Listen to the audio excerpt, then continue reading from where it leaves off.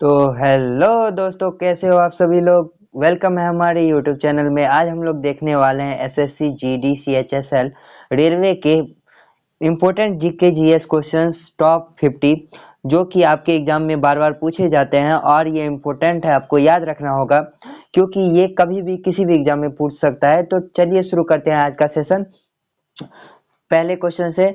तो हमारा ये पहला क्वेश्चन है, मनुष्य के शरीर में इंसुलिन किस अंग से स्रावित होता है।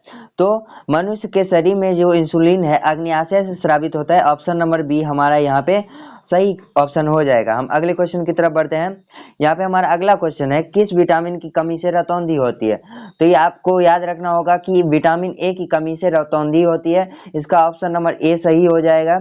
ऑप्शन नंबर ए करेक्ट हो जाएगा। ऑप्शन क्वेश्चन नंबर 3 कहता है, पानी का रासायनिक सूत्र क्या होता है। पानी का रासायनिक सूत्र H2O। ऑप्शन नंबर बी हमारा करेक्ट हो जाएगा। ऑप्शन नंबर बी होगा। अगले क्वेश्चन की तरफ बढ़ते हैं। प्रकाश की गति लगभग कितनी होती है। प्रकाश की गति लगभग 3 गुने 10 के पावर 8 मीटर प्रति सेकंड होती है। ऑप्शन नंबर ए हमारा यहाँ पे करेक्ट हो जाएगा। अगले क्वेश्चन की तरफ बढ़ते हैं। मानव शरीर में सबसे छोटी हड्डी कौन सी है। तो मानव शरीर में सबसे छोटी हड्डी स्टेपिज है। ऑप्शन नंबर बी यहाँ पे हमारा करेक्ट हो जाएगा। अगले क्वेश्चन की तरफ चलते हैं। हमारा क्वेश्चन नंबर 6 कह रहा है, किस गैस को हंसने वाली गैस कहते हैं। तो option number C nitrous oxide को हम हंसने वाली गैस भी कहते हैं। ठीक है, अगले क्वेश्चन की तरफ हम बढ़ते हैं। मानव शरीर में रक्त का शुद्धिकरण कौन करता है। तो मानव शरीर में रक्त का शुद्धिकरण विक्र विक्र यानी किडनी। सी नंबर ऑप्शन हमारा सही हो जाएगा। डीएनए का पूरा नाम क्या है। डीएनए का नाम पूरा नाम डीऑक्सीराइबोज न्यूक्लिक एसिड है। यहाँ पे हमारा ऑप्शन नंबर बी सही हो जाएगा। तो बी यहाँ पे करेक्ट है। ठीक है, हम अगले क्वेश्चन की तरफ बढ़ते हैं। कौन सा विटामिन धूप से प्राप्त होता है। तो यहाँ पे विटामिन डी जो है धूप से प्राप्त होता है। डी नंबर ऑप्शन हमारा करेक्ट हो जाएगा। क्वेश्चन नंबर 10 की तरफ बढ़ते हैं। क्वेश्चन नंबर 10 हमारा कह रहा है, किस धातु को तरल धातु कहते हैं। तो यहाँ पे पारा को हम तरल धातु कहते हैं। ऑप्शन नंबर सी यहाँ पे हमारा करेक्ट हो जाएगा। 11 नंबर क्वेश्चन की तरफ हम बढ़ते हैं। मानव शरीर में कौन सा सबसे बड़ा अंग कौन सा है। तो मानव शरीर में सबसे बड़ा अंग त्वचा है, यह आपको याद रखना है। अभी के अपडेटेड आंसर में त्वचा ही सबसे बड़ा अंग माना गया है। ठीक है, अगले क्वेश्चन की तरफ हम बढ़ते हैं। यहाँ पे क्वेश्चन नंबर 12 कर रहा है, पृथ्वी पर जीवन के लिए आवश्यक गैस कौन सी है। तो पृथ्वी पर जीवन के लिए आवश्यक गैस जो है वो ऑक्सीजन है। ऑक्सीजन के बिना ना हम जिंदा रह सकते हैं ना ही आप। ठीक है, अगले क्वेश्चन की तरफ बढ़ते हैं। यहाँ पे क्वेश्चन नंबर 13 कह रहा है, किस वैज्ञानिक ने गुरुत्वाकर्षण का नियम दिया। तो यहाँ पे हमको याद रखना है कि न्यूटन ने गुरुत्वाकर्षण का नियम दिया। यहाँ पे ऑप्शन नंबर बी हमारा करेक्ट हो जाएगा।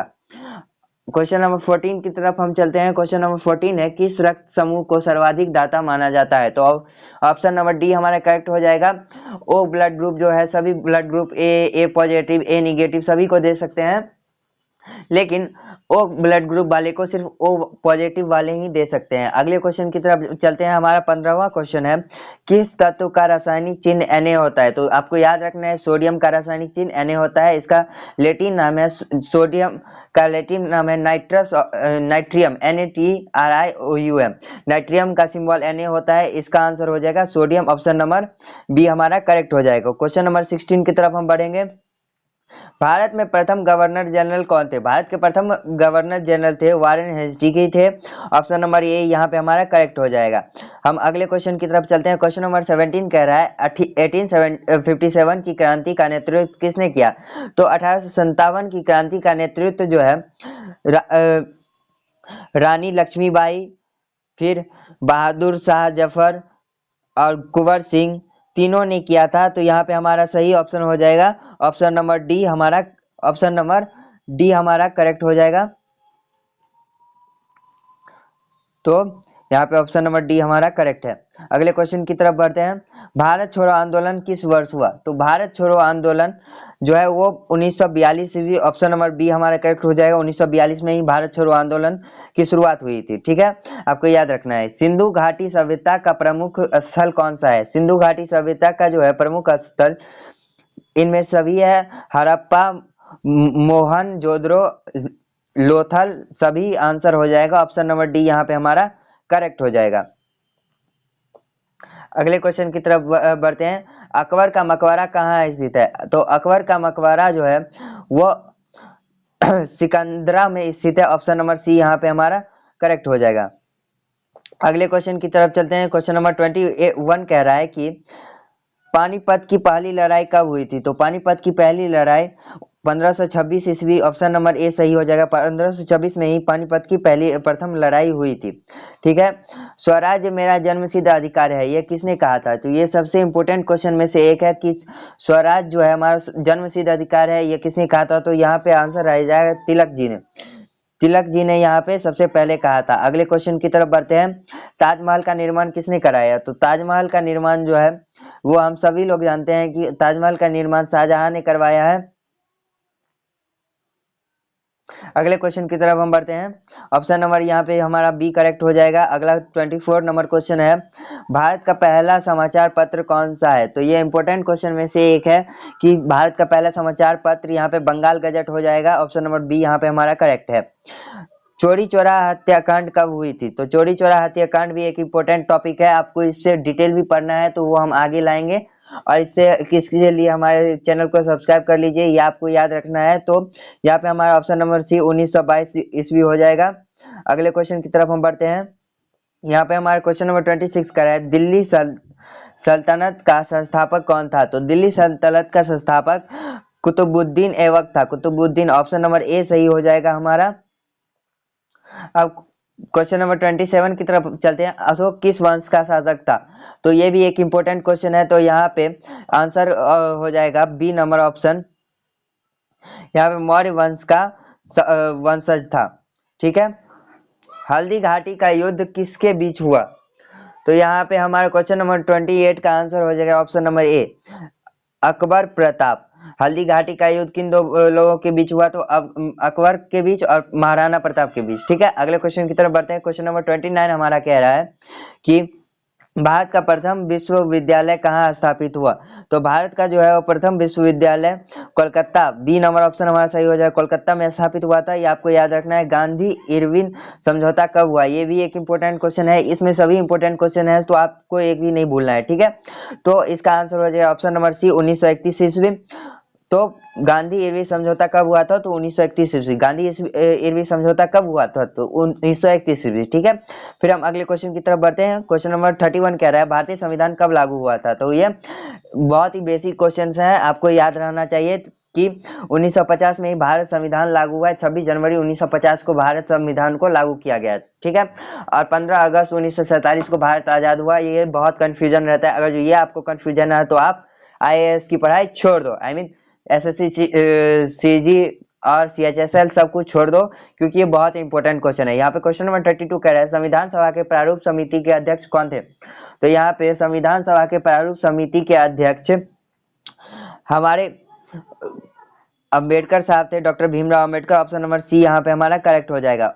क्वेश्चन नंबर 33 की तरफ बढ़ते हैं। क्वेश्चन नंबर 33 कह रहा है, भारतीय संसद के कितने सदन है?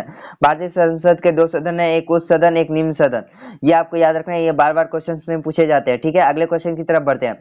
क्वेश्चन नंबर 34 कह रहा है, लोकसभा का कार्यकाल कितने वर्षों का होता है? तो लोकसभा का कार्यकाल पूरे 5 वर्षों का होता है। क्वेश्चन नंबर 34 का ऑप्शन नंबर बी हमारा करेक्ट हो जाएगा। ठीक है। अगले क्वेश्चन की तरफ बढ़ते हैं। मौलिक अधिकार किस भाग में है? मौलिक अधिकार भाग 3 में है। ऑप्शन नंबर बी हमारा करेक्ट हो जाएगा।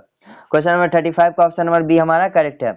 अगले क्वेश्चन की तरफ बढ़ते हैं। भारत का राष्ट्रपति कितने वर्ष के लिए चुना जाता है? तो भारत के जो है राष्ट्रपति वह कुल 5 वर्षों के लिए चुने जाते हैं, यानी भारत के राष्ट्रपति का कार्यकाल कितने वर्षों का है? तो 5 वर्षों का। ठीक है।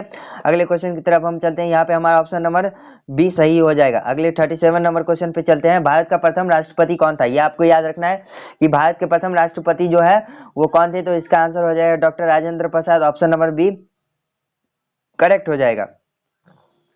अगले क्वेश्चन की तरफ चलते हैं। क्वेश्चन नंबर 38 कह रहा है कि 73वां संविधान संशोधन किससे संबंधित है? तो 73वां संविधान संशोधन जो है वह पंचायती राज से संबंधित है। इसमें ही पंचायती राज को जोड़ा गया था, इसको ये आपको याद रखना है। ठीक है। अगले क्वेश्चन की तरफ बढ़ते हैं। भारत का संविधान किस देश में अधिक प्रभावित है? किस देश से अधिक लिया गया है? तो भारत का संविधान, तो ये आपको याद रखना है कि ब्रिटेन से सबसे अधिक, ब्रिटेन के संविधान से सबसे अधिक लिया गया है। ऑप्शन नंबर बी यहाँ पे हमारा करेक्ट हो जाएगा। अगले क्वेश्चन की तरफ चलते हैं। भारत का सर्वोच्च न्यायालय कहाँ स्थित है? तो ये आपको याद रखना है, ये बेसिक क्वेश्चंस में से एक है। तो नई दिल्ली, भारत की राजधानी नई दिल्ली है, तो इसी में भारत का सर्वोच्च न्यायालय को रखा गया है, स्थित है। ठीक है।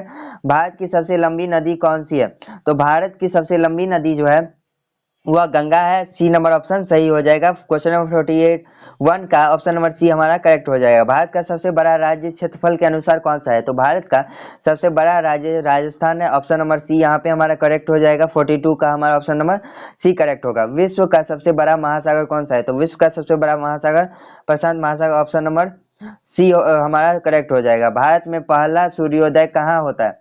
तो भारत में सबसे पहला सूर्योदय जो है वो Arunachal Pradesh, option number B हमारा करेक्ट हो जाए। अरुणाचल प्रदेश में ही भारत का सबसे पहला सूर्योदय होता है। ठीक है। अगले क्वेश्चन की तरफ बढ़ते हैं। और पूरे देश में, पूरे दुनिया में पूछे तो जापान को कहा गया है। ठीक है।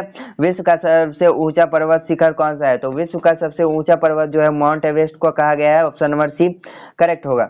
45 का ऑप्शन नंबर सी हमारा यहाँ पे करेक्ट होगा। 46 नंबर क्वेश्चन पे चलते हैं। भारत का राष्ट्रीय नदी कौन सी है? तो भारत की राष्ट्रीय नदी गंगा है। ऑप्शन नंबर सी यहाँ पे हमारा करेक्ट हो जाएगा। विश्व का सबसे बड़ा रेगिस्तान कौन सा है? तो विश्व का सबसे बड़ा रेगिस्तान जो है वह अंटार्कटिक रेगिस्तान हो जाएगा, क्योंकि वो आइस का बना है। आइस का भी बहुत सारा खाली जगह है, तो उसको भी रेगिस्तान कहा जाता है। भारत का पूछे तो थार डेजर्ट है सबसे बड़ा। तो आपको ये याद रखना है।